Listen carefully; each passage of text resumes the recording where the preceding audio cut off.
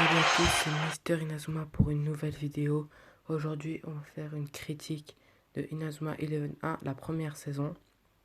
Donc d'abord, je vais faire un court résumé sur cette saison-là.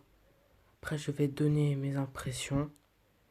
Et à la fin, je vais mettre une note sur 10 à cette saison. Pour commencer, déjà, je vais vous dire que je vais faire ce principe sur toutes les saisons. Je pense que je vais faire sur Inazuma, sur la saison 2, la saison 3. Inazuma 11 Go, Inazuma 11 Go Chronostone et Inazuma 11 Go Galaxy.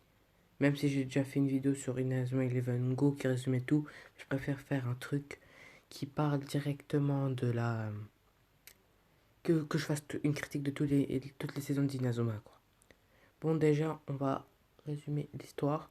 C'est l'histoire d'un gardien de foot qui s'appelle Mark Evans, qui aura créé une équipe du coup de Rayman et qui aura que 7 joueurs à son actif.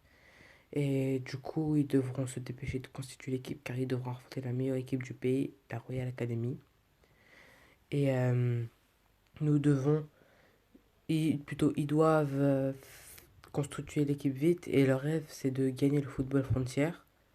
Et donc du coup, ils vont vite se dépêcher de trouver des joueurs et finalement ils arriveront à être 11 et ils vont commencer le match face à la Royal Academy où ils vont se prendre 20-0 je crois. Et après, quand Willy, là, le petit, là, qui sert à rien, il va partir, car il aura peur de la Royale. Donc du coup, Axel Blaze va en profiter pour prendre le maillot qui porte le numéro 10. Et il va tout de suite sauver Raymond en leur marquant tout de suite un but face à la Royale.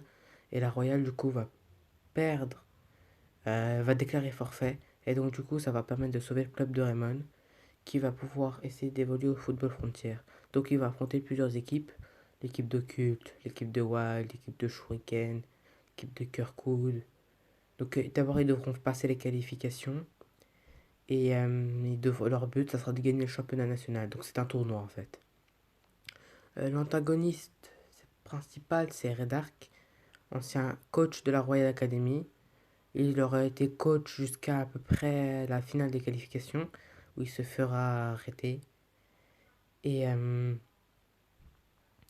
le retrouvera plus tard car il a été libéré et il sera devenu le coach de Zeus, l'équipe que Raymond affrontera en finale.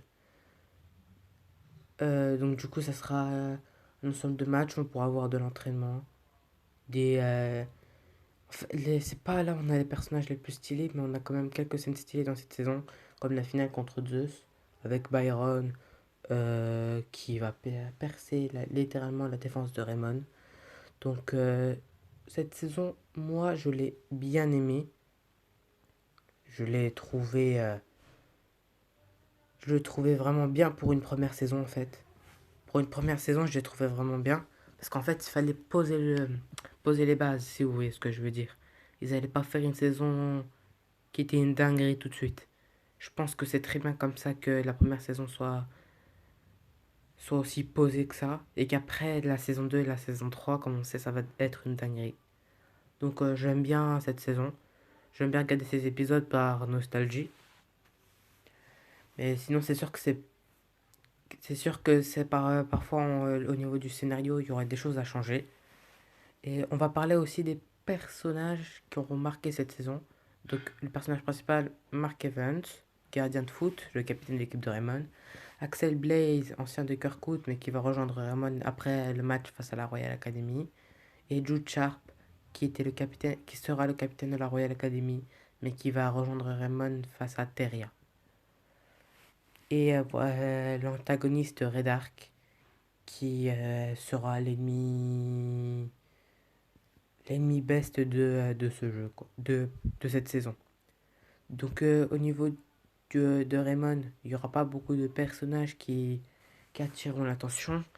À part Mark, Jude et Axel, il y aura peut-être Eric, Nathan, peut-être Kevin aussi, qui, qui se démarque un peu.